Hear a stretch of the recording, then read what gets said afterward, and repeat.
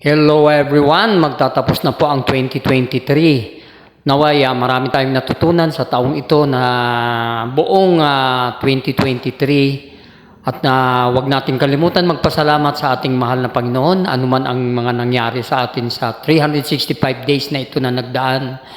At magpasalamat tayo sa lahat ng mga blessings, bad or good man mga experience natin, nagkaroon tayo ng mga problema, magpasalamat pa rin po tayo sa ating Panginoon mga kaibigan. Dahil nandito pa rin po tayo, binigyan pa rin po tayo ng buhay at umabot pa tayo sa ganito at papasok pa ang 2024. And this 2024, may your new year be filled with optimism, hope, success, and joy in all that you do. Wishing you love, luck, happiness, and prosperity. All the best for 2024. Let this upcoming year brings you closer to achieving your goals and fulfilling your dreams.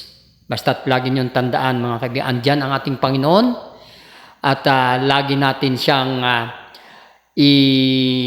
sa puso mga kaibigan. Anuman ang mangyari, anuman problema ang dumating, laban lang. Kasi hindi tayo pababayaan ng ating amang nasa langit. Isa puso natin. Okay?